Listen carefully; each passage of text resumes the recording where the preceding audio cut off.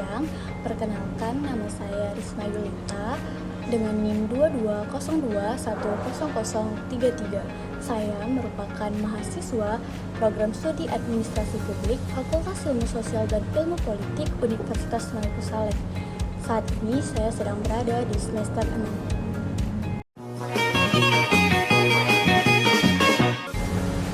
Pada video kali ini saya akan membahas reformasi administrasi publik beserta contoh atau studi kasus yang terjadi di Indonesia.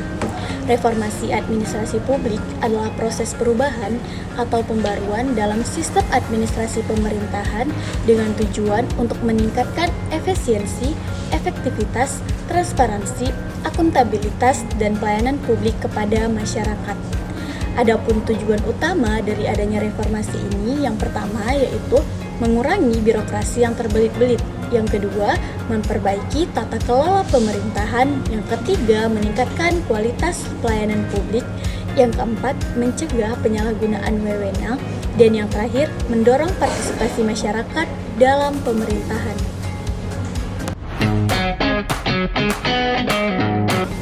Nah, sebelum kita membahas mengenai digitalisasi pelayanan publik dalam konteks EKTP, kita dapat melihat dulu nih bagaimana kondisi Indonesia sebelum adanya EKTP, di mana masyarakat itu harus mengantri, bahkan mengantri panjang dan lama di Disdukcapil untuk membuat KTP.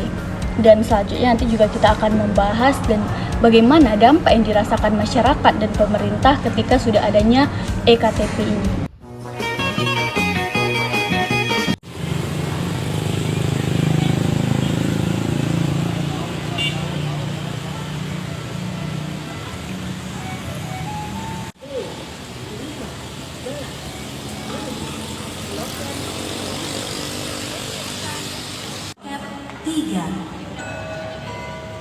Nomor antrian B18 menuju di loket.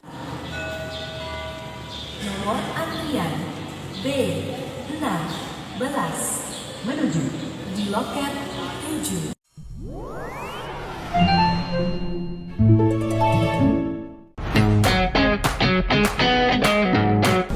Nah, dalam tayangan video tadi dapat kita lihat bahwa masyarakat benar-benar harus mengantri panjang dan lama ketika ingin membuat KTP. Bahkan respon dari pemerintah sendiri, mereka ingin segera adanya program EKTP. Dan saat ini program EKTP itu sudah diterapkan di Indonesia. Namun pada tahap awal pelaksanaan dan implementasinya itu justru masyarakat itu tetap harus mengantri lama untuk perekaman data. Namun setelah sistem berjalan stabil, setelah dilakukannya perbaikan, proses administrasi dalam konteks EKTP ini menjadi lebih cepat dan lancar. Nah, adapun dampak yang dirasakan langsung oleh masyarakat yang awalnya itu harus mengantri lama dan panjang di Disdukcapil sampai dengan adanya program EKTP ini, dampak yang pertama dirasakan yaitu efisiensi waktu dan proses administrasi. Sebelum adanya EKTP, masyarakat seringkali harus mengantri lama karena proses verifikasi identitas itu dilakukan secara manual. Dengan adanya EKTP yang menggunakan sistem biometrik, sidik jari dan retina, serta data terpusat secara nasional, proses verifikasi menjadi lebih cepat dan efisien.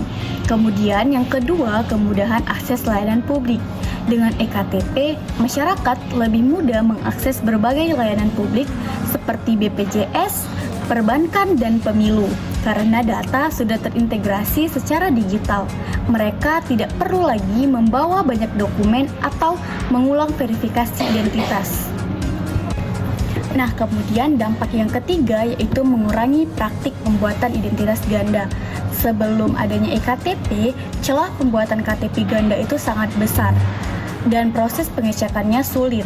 EKTP mengurangi risiko ini dengan sistem satu data nasional sehingga identitas lebih aman dan akurat. Kemudian dampak yang terakhir yaitu yang keempat, mengurangi beban dan antrian di kantor Disdukcapil. Setelah program EKTP berjalan, beban kerja di kantor pelayanan kependudukan menjadi lebih ringan karena sistem sudah terdigitalisasi. Hal ini berdampak langsung pada kurangnya antrian yang panjang dan lama. Sekian video dari saya, semoga bermanfaat. Lebih dan kurangnya saya mohon maaf. Saya akhiri. Billahi taufiq wal hidayah. Wassalamualaikum warahmatullahi wabarakatuh.